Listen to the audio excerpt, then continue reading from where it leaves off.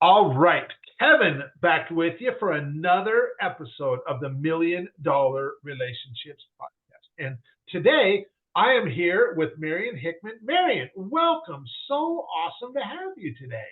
It's so kind of you to have me, Kevin. I'm so excited to be here with you and to connect with all of the people that are on. I am really excited to have this conversation. You and I got to connect. I want to give a quick shout out to the folks over at the podcast guest platform. And those guys are doing such an amazing work. And you and I, we probably would have not connected if it wasn't for the work that those guys are doing over there. So I want to really honor them. And what I'd like to do is just kind of start off by turning it over to you so that you can set some context for us and give us some insight into what you do, who you serve, what inspires you most about the work you do, and also give us some of the backstory on how you got here and doing what you're doing. And be honored to. So I'm a public speaker. I love emceeing events. That's one of my favorite things to do. So you'll see me on stages with big influencers out there, small influencers, people that are just getting started. And I'll run my own events from time to time. But really, where I started, this was crazy. So rewind time, what feels like eons ago, when I was 12 years old. Okay. And maybe this is the first relationship that just comes to mind. When you ask about relationships, I feel like I have this Rolodex of people I need to write thank you letters to. So Mrs. Wilson, my 7th grade teacher, she came up to me because she taught drama after school, and I was also in choir after school. And while I was in between play rehearsal and choir rehearsal, she came up to me and she said, you should really do competitive speaking. And I thought, what is that? Is this like a yelling match? How do you speak competitively? She explained it to me, and I ended up competing in this contest, and I won my regionals and I won my state contest, and I got second in nationals, and I kind of just left it at that. But I really picked it back up again. Oh gosh, it was about 15 years later. I was sitting in the back of a room, and I'm sure that you've been to many seminars, right? I'm a seminar junkie. And I've been in several rooms, and I feel this, that if there was a description for someone like an energetic force kicking you in the chest, saying, this is your calling, get out and do. It felt like a roundhouse kick to my heart. And I thought, I don't even know what this is. The word influencer didn't mean job description yet. And I went to another conference, and they said, what do you want to do? Write it in one word. And I said, influence. I want to make people better off, because I was in their airspace. And then it progressed and it progressed. And finally, I'm sitting in the back of another conference, and the speaker says, hey guys, my co-host is going to be gone for our next event. Looking for another co-host. And, if you know anyone, let me know. And then he left the room, and about 6 people got whisper invitations to follow him. I think he had some co-speakers in mind. And you know what? I wasn't one of those people, but I went out anyway. I thought, okay, here's an opportunity. I'm just going to take it. I'll go away if they tell me to leave. So I sat back there, and then I took my turn in the rotation, and maybe he thought he invited me and just forgot. I don't know how I got away with it, but I ended up speaking at the very next event. And then within 3 months, teaching that public speaking course. People paid 25 grand to do that. And from there, it just developed into now I've got a 10-year history of appearing on stages and speaking and emceeing. And it's been one of the most fulfilling things. And I can be honest, Kevin, the most fulfilling part of it is finding someone who has a message burning inside of, peel away the layers of embarrassment or imposter syndrome or whatever it might be, and finding that message. I don't know if you've seen Dead Poet Society. Yes. Oh, that moment with Robin Williams when he's circling and it explodes into this passion. That's the moment I look for when I'm teaching. Yeah. Wow. You know what? That was courage on your part to, see. I mean, kudos to you for just seeing an opportunity like, I'm just going to roll with this. I'm going to roll with this. And look what transpired as a result of you just stepping into that, having a little bit of courage. And that is, man, that is awesome. That is awesome. And so, okay, so what I want to do now is I'm going to shift gears just a little bit. And I'm going to reiterate the question for the benefit of the listeners. So, Marianne, have you ever been introduced to a person or persons who completely changed the course of your life or your business, so much so that much of what you have today would not be possible if not for this person or persons? And Marianne, I'm just really excited to hear your story and your experience around this topic of relationships. I appreciate that. And when you say that, there's two instances that really come to mind. Okay. And if it's okay, I'll share both. Absolutely. So the first one was about 10 years ago. Now, Abraham Lincoln put out this phrase, and it's been on every plaque on every home decor store that you can think of. And he says, "We are often driven to our knees when we feel we have nowhere else to go." Mm-hmm. And I had such a moment. I was a mom of 5 kids. I didn't know it, but I 5 years later become a single mother of those 5 kids. And I was on my knees, and gosh, it's an unfortunate thing how many people feel the pain of crushing student debt, consumer debt, bills, trying to get ahead. And I was in I'm not prayer, but a negotiation with God. Okay. I said, "Listen, I'm calling you out.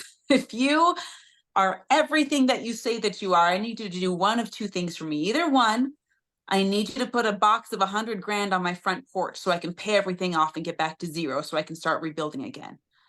Or I need to learn how to figure out this money game. I'll leave it to you, but it needs to happen in the next week." Well, the box never showed up. And it's crazy because I've met people where that has shown up, but what didn't show up that way for me. And I'll be forever grateful, because what I learned was so much better than what I could have been given. And within a week, I was, on the lookout. I was seeking this opportunity, and I got invited to my brother's house. My brother, he was putting on what he called a pre-retirement party. Okay. I thought, what the heck is that? It sounds like a Tupperware party, but whatever. I go because I love you. So I went, and there was this luau, people dancing, fire, blah, blah, blah. And then this guy gets up in the Hawaiian luau shirt, and there's a display on the back of the house with a screen. I was like, all right, here it goes. I knew it. I could smell it coming. Here comes the pitch, right? And it proceeded. There was everything you'd expect. There was pictures of goose eggs painted golds in the slides and promise of financial freedom. And I was as cynical as they come, closed arms in the back of the room. And I thought, okay, hold on. Maybe this is what I prayed for, because if this guy is everything he says he is, this is the first millionaire I've ever met. Mm-hmm. Mm-hmm. And he's giving me his phone number. At the end of the presentation, he gave it out. If you have any questions, text me. So as cynical as I was about the presentation, in my heart, this was an answer, because I like to test things. I have an energetic dipstick that I dip in a situation, I pull it out, and I read it. Mm-hmm. And when I did that, this person spelled integrity to me. Okay. And I thought, okay, all right, we're going to test it. We're going to test the fruits thereof, if you will. So I texted them the next day, and I said, okay, well, you say you can help anybody. Here's my situation. Can you help me? And he said, meet with one of my people. Let's draw out a plan. And it doesn't do the story justice, but long story short, I went from that situation being on 4 different forms of welfare, food stamps, church welfare, government heat assistance program, you name it, I was on it. WIC, same thing. To now, it's 10 years later, and I have a $2.2 million real estate portfolio. I get to teach public speaking. I have 6 kids now, and an amazing relationship with my husband, who I married 3 years ago. And that introduction, and I can only call it divine, Mm-hmm. being paired with someone who had the results 10x that I wanted, who was willing to teach me and in many instances have more faith in me than I had in myself, that was pivotal for me. Yeah. Best financial decision and mindset decision, hands down, that I ever made. Yeah. Wow. You know, I don't usually do this, but as soon as you said that about that they had more faith in you than you had in yourself, I'm trying to think when this would have, I guess it would have been a year ago, January last year. There's a friend that I've had that I've known him since 2012, and he's become a mentor to me over the years. And I remember back in 2012, 2013, 2014, him saying things to me about me, the things that he saw in me that I did not see in myself. And yet when him and I were talking last January, we were on Zoom, and as he lives in Texas and I live in Seattle, and I really lost it because I'm like, I was just kind of recounting some of the things that have been going on in my life at that time a year ago, and where we had gotten to, and the impact that I am now able to make in this world and stuff. And I pointed out to him, I said, I just want to thank you for sticking with me through all this, because you saw things in me years ago that I didn't see, that I couldn't own, that I couldn't step into and say, yeah, he's right, man, that's totally true. It took some time for me to come around and get to the point where we are now. That, and the thing is like this personal growth, this will continue for the rest of my life, and just continuing to step into this role of being the conduit of trust for the people in my life. And so when you shared that, man, that hit home, Marianne, that really hit home. And how many other entrepreneurs out there that might be listening to this, that we've had somebody in our life that saw things in us that we might not have seen for ourselves, but man, they kept calling that out for us, Yeah. And as a result, we were like, you know what, man, maybe they're right. And maybe I should step into being this person that they see, Oh, I got goosebumps when you said that. That is powerful. That is powerful. So you mentioned that there was one other person that you wanted to honor as well. And I want to make sure we give you the opportunity to do that too. I would be honored to, and I hope that he gets to listen to this. And I've said everything that I'm about to share with you to him, but gosh, the person that I met, this was back in 2020. We all were going through whatever the world did in 2020, Yeah. right? Crazy time. It was a nightmare. Everyone had their own version of this nightmare, regardless of religious or political affiliation. We all went through it. And it was just the beginning of that whole shutdown, that I met this amazing human being. His name is Richard Hickman. And I was just freshly divorced. I was a single mom of 5 dating. And you can imagine the nightmare that is, that sentence alone. You got to vet people. You got to consider, if you're dating, hey, I'm going to be putting these people in front of my children. If they're a match one day, there's so many filters you have to put them through. And I cannot tell you the times I spent alone in my bed, swiping, profiles and all this stuff, and all the terrible dates that I went on. And they weren't all terrible, but they were okay ones. And it was one of those things where I couldn't find the love of my life until I had practiced love of self. And once I got really good at that, I met this man within, I would say, measurably 36 hours. Wow. And that introduction, Kevin, I don't know if you've ever met anyone where you have practiced the energy of that relationship long before the relationship existed. So when you see them, it's a familiar feeling. Yeah.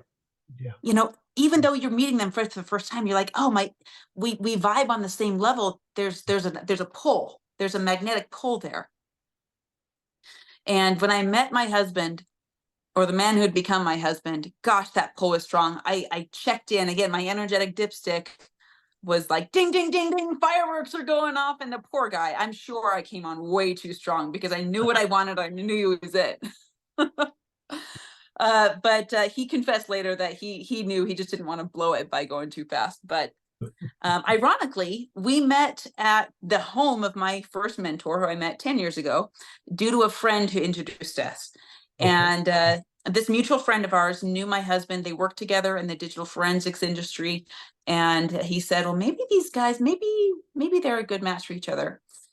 When we met, he quickly became the person that became the steel that sharpened my steel.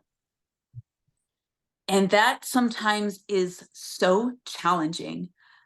It is so difficult. And if you can imagine what it feels like to be the sword that goes into the forge and then gets hammered and heated and shaped and molded, but the craftsman does it with such care and love for his craft that you get through it. And my husband and I, we do this for each other. If you can imagine a single dude who himself was divorced, we both came from relationships where we were both cheated on. And that had its pros and cons. For us, it was a pro because we knew instantly that we would never do that to each other. But when he came together with me, he was another person, and I'm detecting a theme here, that saw the potential. And just Saturday, 2 days ago, I asked him, after we went to this beautiful event, I said, what are you growing? What is it that you want out of life? What do you want to do? And he said, babe, I have all these dreams and aspirations, but my calling is to support you and support your brand because I know who you are and I know what you're made of. And I was humbled because this man has saved lives. I call him the digital Batman. He's the guy that, would put bad guys in jail and then save kids and all of this. And to have all of his energy and focus and dedication and protection while I grow a family and our brand has been hands down the greatest gift. And I'm humbled every day by it. And I feel this responsibility. I have the statue of responsibility right behind me. It's right in my sight all the time. I feel this responsibility with, I don't know if you've ever been given a gift that almost you don't feel like you deserve. And the feeling of, I have to live up to this.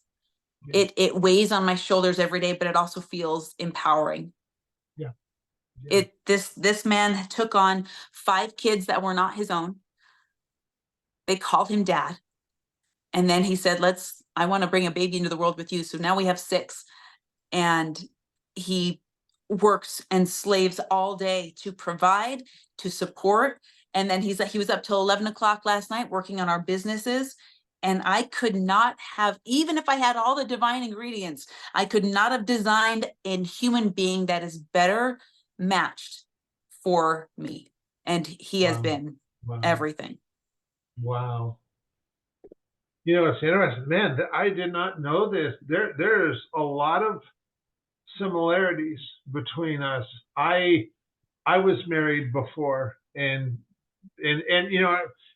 my first marriage lasted 4 years, and I came from this place of, growing up watching my parents. I never ever saw my parents argue. Now I'm sure they did, but they just never did it in front of my brother or I. I never saw it, And so I had this image in my mind of what a marriage looked like, and it was my mom and dad, Yeah. And I just believed that once you get married, you're married for the rest of your life. That's just how it is. And so 4 years after getting married and I'm getting divorced, I'm like, man, you must have really done something wrong to end up here. But yet then I met my second wife, who is also my current wife, Lisa, who, when I met her, she had been a single mom to 4 kids for 10 years, supporting those 4 kids to the best of her ability, which sometimes was, some lean times for sure, but she did it. And when I met her, shortly after I met her, I remember it was on our second date. She just flat out told me, she goes, Kevin, she goes, I'm just going to let you know right now where I'm coming from. And if that's not what you want, that's totally fine. But I just don't want to waste my time. But she goes, I am looking for a guy who wants to be in a relationship, who doesn't want to date, but is looking for the right person for him, because I'm looking for that right person for me. And I thought, wow, what an awesome thing.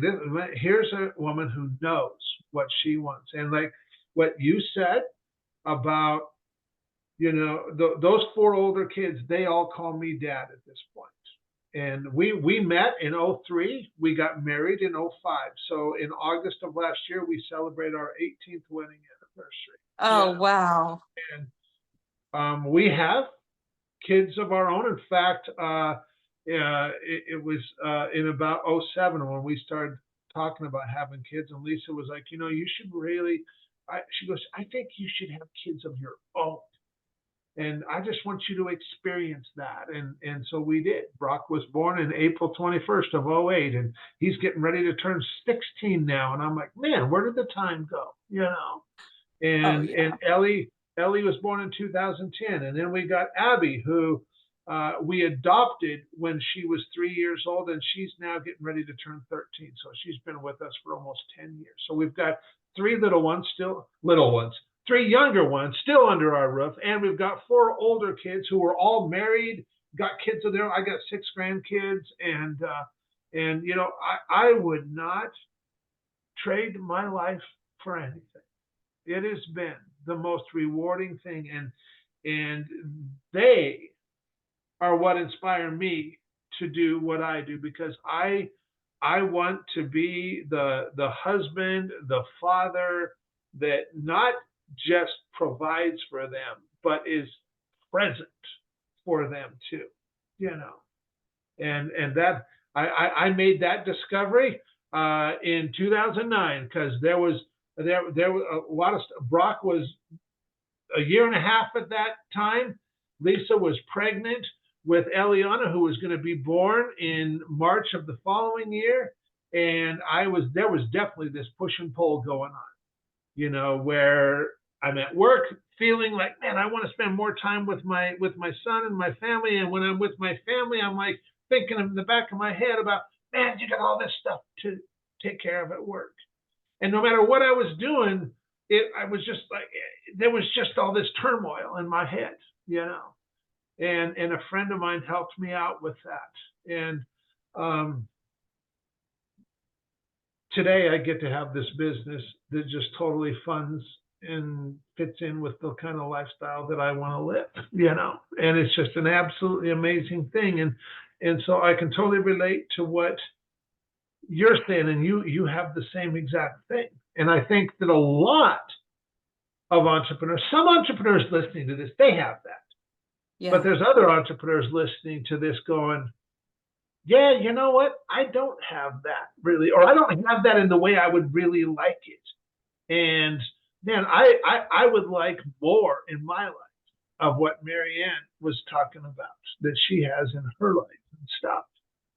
And I just want to appreciate you for sharing what you did, because this podcast is what it's really all about is relationships. And as entrepreneurs, relationships, I firmly believe this, that relationships are the most valuable asset we possess.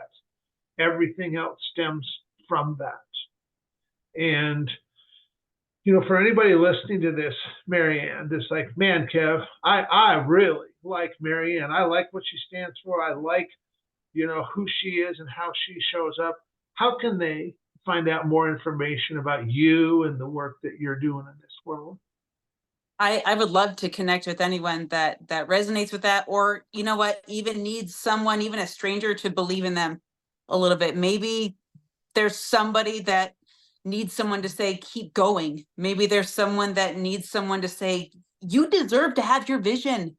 it's okay to want that. It's okay to go for it. I'd love to connect with Instagram. I have a YouTube channel as well. If you just Google Marianne Hickman or go to mariannehickman.com, you can find all my links and so forth. But Awesome. listen, it's so, here's a saying that I live by. Actually, I'll give you two. I was speaking with Dan Clark, who is a world-renowned speaker. If you've ever read Chicken Soup for the Soul, it's thanks to this guy.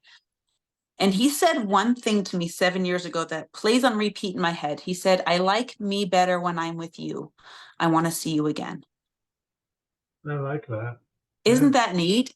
Yeah. And that is the foundation of what I've tried to form every relationship on is, am I leaving people better off? Yeah. And the second thing is this, if you are called, you are qualified. So the entrepreneurs, if you're listening to this and you're living the life that you want, yes, good. Let's celebrate that and do more of it. And the entrepreneurs and even intrapreneurs, those that are maybe 1099ing for, or maybe you feel like you have your own entrepreneurship inside a business working for someone else and you're not where you want to be, do yourself a huge favor and understand here first, more than anything, if the calling is in you, you are qualified to have it. Yeah. Yeah. Yeah. Wow, that's really powerful stuff. Well, I want to thank you so much for taking the time to have this conversation today. I really appreciate you, Marianne. I am excited to get this out there and share it with a lot of other entrepreneurs because I know what kind of an impact that this is going to have. And so thank you so much again. Really appreciate you taking the time to have this conversation. Well, and thank you for doing so much good in the world, Kevin. There's people that are blessed because you're doing what you're doing. Well, you are so welcome.